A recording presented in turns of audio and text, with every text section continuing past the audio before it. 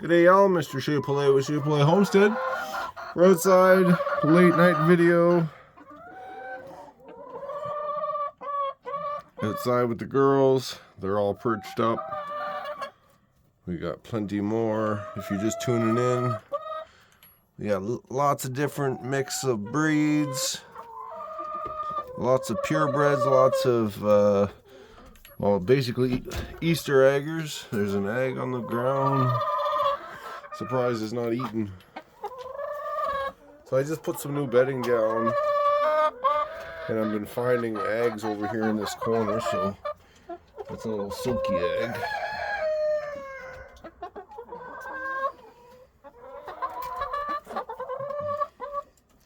Alright, so as soon as I get over here, and you can see all the shavings behind the door. Well, it's hard to see in the video, but there's a big pile behind the door right now. You see that old brown over there just looking cold.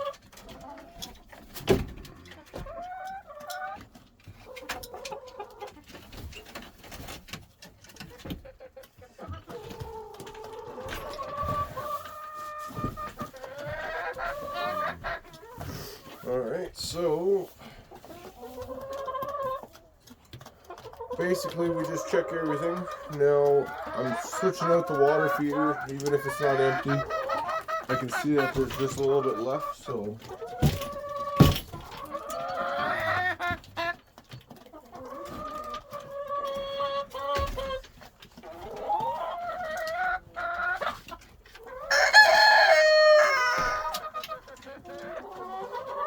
alright, so I got lots of hooks. And what I do is hook my basket basically just out of the way. Same as my pots. I can hang up my pots.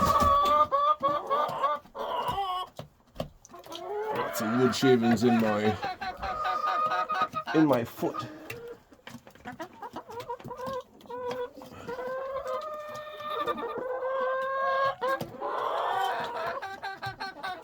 Alright, so now stick this new one right on top. And I put some baby oil mixed with Vaseline. I put that in my cap, so it makes it a little bit more slick.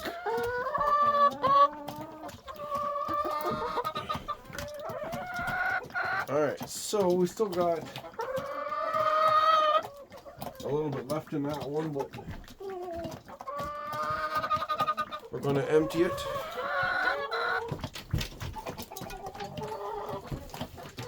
And now what I'd like to do is go see if there's any up in the top here. Is the hen up there? No. Oh, we got an egg there too. Okay, so a couple eggs up here. So Karen number 2 hasn't been Brody too much this week, which is good. I don't want a Brody right now, but none of them are Brody, so the cold kind of messed them up.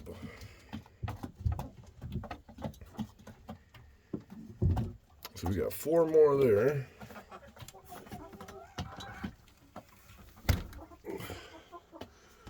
Trying not to step on birds. I got blind ones and old ones and new ones. Well, I don't have any new ones because you can't have, well, I can never have babies with the older ones. There's that wonky silver lace again.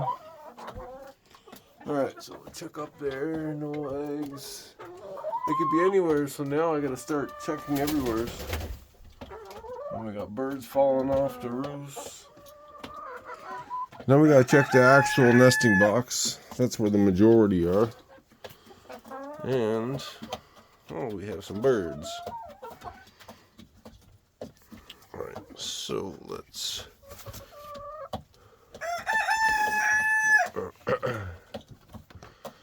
Little Silkies, such a cute little bird. I love her colors. She's one of the ones I'm going to breed. I'm going to take this one too. This one.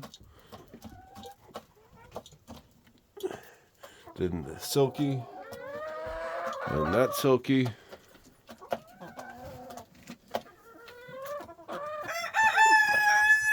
And that white one.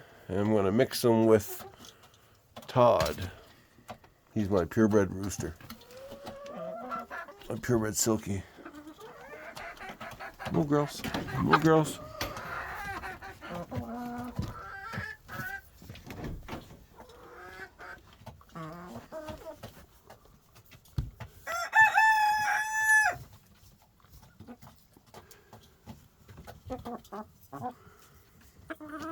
She wasn't moving too much.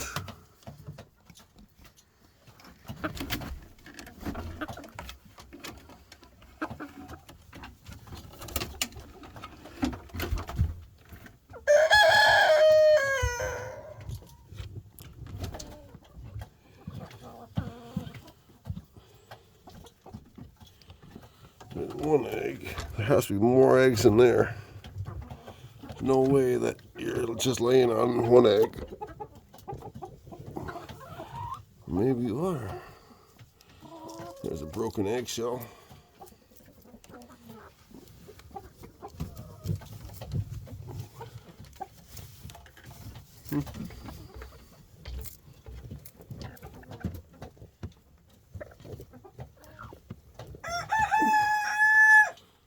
Silky.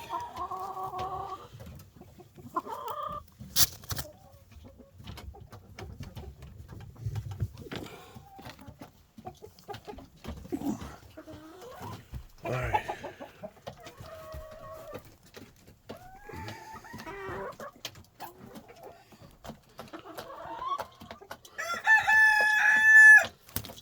So when you got 3 there.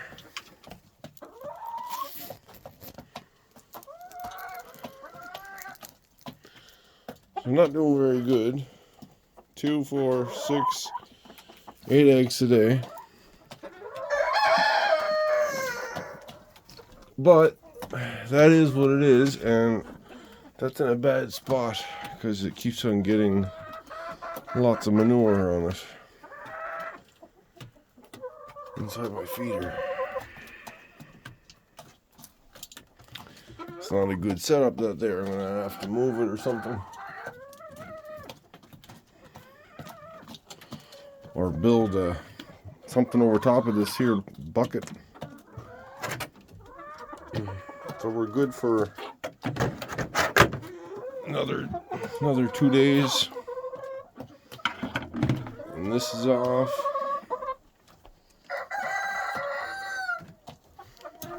The only other spot I didn't check is above the door here.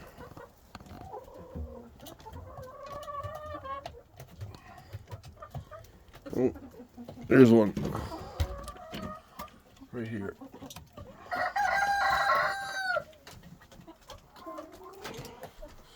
I just got pooped on. Thanks, Pikachu. 6 eggs. Right on my shoulder.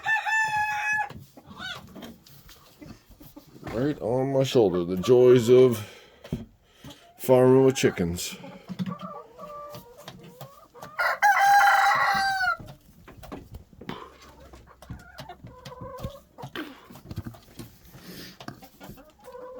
All right.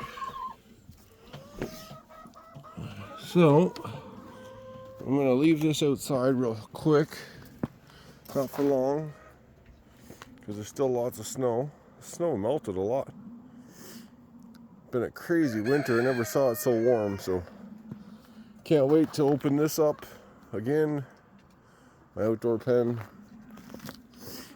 Now I want to go over to the roosters just for a second.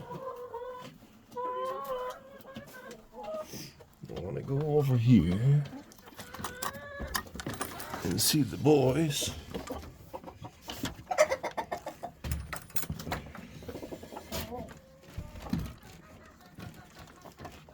Hello, boys.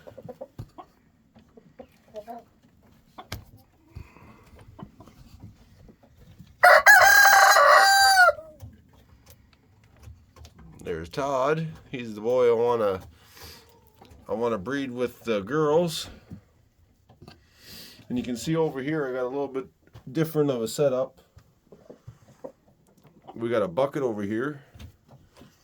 That's now I put the little the egg cartons there for Todd because he's smaller. And they're set up in here, a little experiment that I had going on.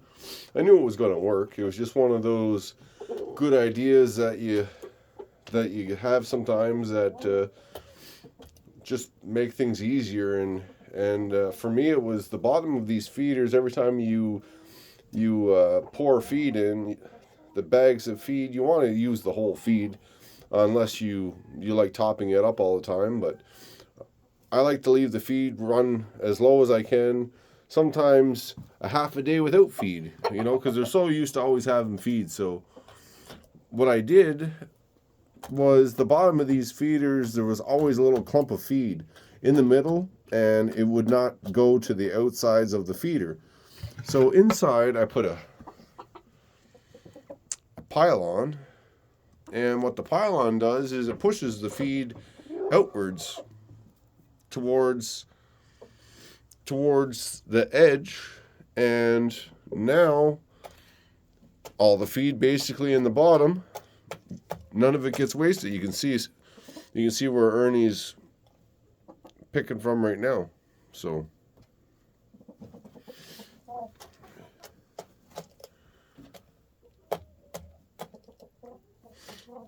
literally going to use more feed now. It's going to take up, obviously, I use some of the 50-pound feeder. It's not 50 anymore. It's probably more like 40-pound, but for 6 roosters, it's plenty. Not even 6 roosters. Now I got 5 roosters. Old Bert's gone.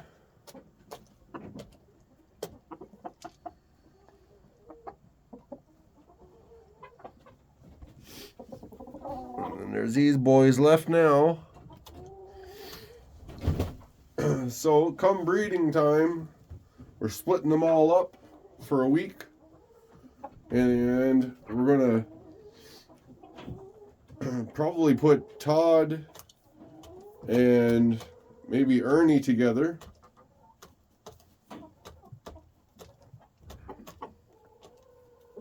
Or I don't know. Or maybe Sarge and Todd together. And then Charlie with with Ernie. I don't know. It doesn't really matter, to be honest with you. I'm just going to put my door on here, and then I'll still have these 2 coops for rooster breeding just for the time being. And then I'll take the newer rooster, or like 10 point right here, this guy. I'll take him and put him with the main coop just for a week. And then after I collect eggs for a week, I will try hatching them and see what turns out. If I like the chicks, maybe hatch one more time. And then within 2 hatches, usually that's plenty of chicks for another season. One year I did, I think I did 4 or 5 hatches back to back. And each hatch you max out your egg turner. I don't know about you guys, but I can't just do 15 or 20 in the egg turner. You gotta max it out to 41. What's the fun in that, right? Look at Charlie. How you doing, buddy? Your mama watches sometimes. Yes, his tail's growing again. He lost. Last time she commented, he had lost a lot of his tail, but his tail's coming back some nice now.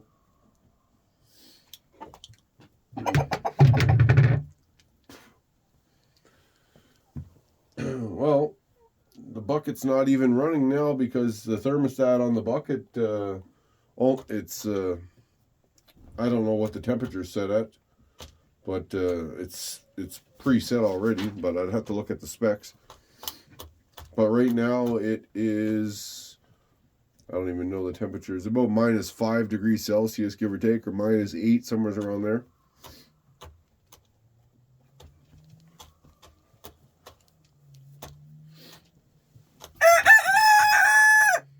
Settle down there, Toddy. Well, don't you dance at me. Don't you dance.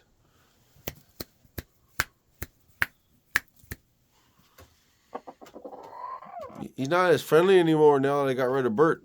I got rid of his buddy.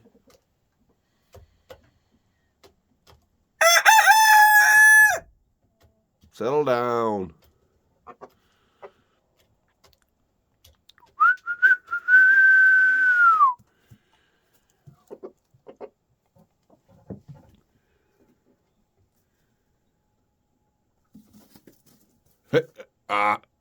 Settle down. Show him who's boss here, Sarge.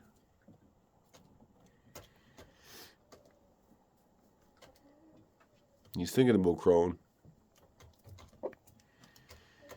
I can tell how on guard he is. He's gonna crow, watch.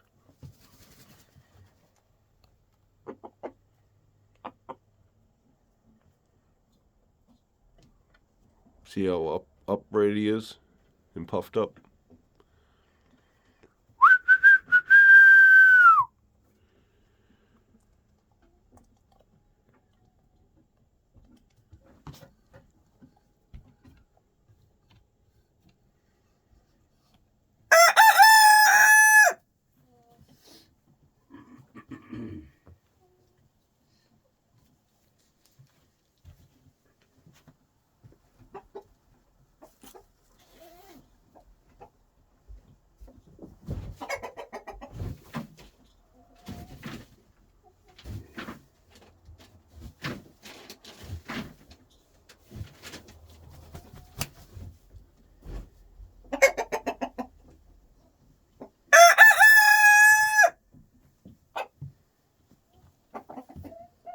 There comes springtime now. We'll clean out this side of the coop again. Put all this manure into the outdoor pen like I did last year. We're going to do a big clean out. And then take all that outdoor pen in the outdoor of this side of the coop. And I put that in the garden this fall. So, all the garden compost that I have right now is good. I could take this and put it in the garden. Everybody says that chicken poop is way too strong, and yes, it is. I work with plants all the time. I understand how NPK works, and you know, chickens is very high in nitrogen, but it's basically composting sitting in here, right? Might not be for a year like it's supposed to, but my garden last year with vegetables that like a lot of nitrogen did very, very well, like squash. So my squash grew like 30 feet, some of the vines. So I had a lot of squash. I still have a lot of squash in the basement. I was feeding the birds back to squash because they're just starting to get soft now. So it's 4 months later. I harvested them in September. So September, October, November, December, January, February. So it's five months basically, going on 6 months. So if you want squash and vegetables that are going to last over the winter, put them in your basement where it's nice and cool. If your basement's as cool as ours, and we just put them downstairs, and Todd's trying to attack me, so put them over there. Get down.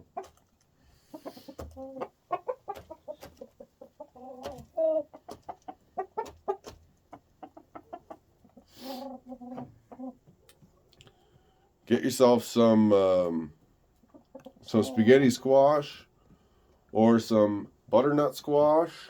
Butternuts last a really long time because they're really hard. Spaghetti squash are also very hard, but they will get soft eventually in the center. Things like winter squash, crooked neck squash, yellow squash, anything like that. They don't last very long, like probably 2 months. 2 months just sitting around. Then they get really soft, so I usually feed those back to the birds. Which, if you have a lot, you'll have lots of feed for the chickens over the winter. I'm going to have lots of squash turning up in my compost because I fed a lot of squash and cucumbers and stuff back to the birds. So, not sure what I'm going to get in my garden for this year.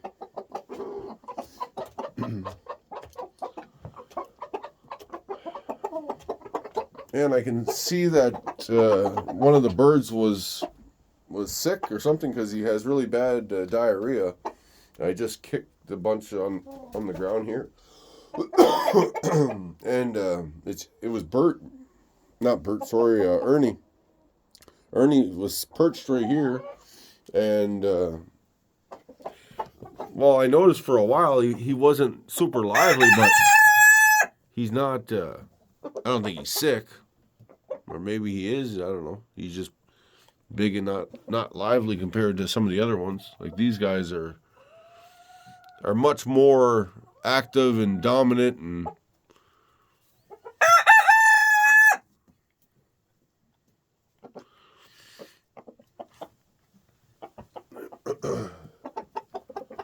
all right, so we're gonna leave these boys. They get all rowdy when I'm over here. All right, move there. The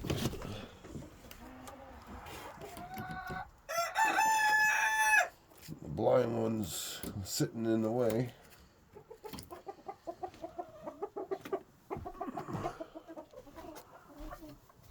All right, so they got fresh water. They got enough feed for a couple days. I just bought 3 bags of feed, so we can put a bag of feed in tomorrow and fill up the roosters' water.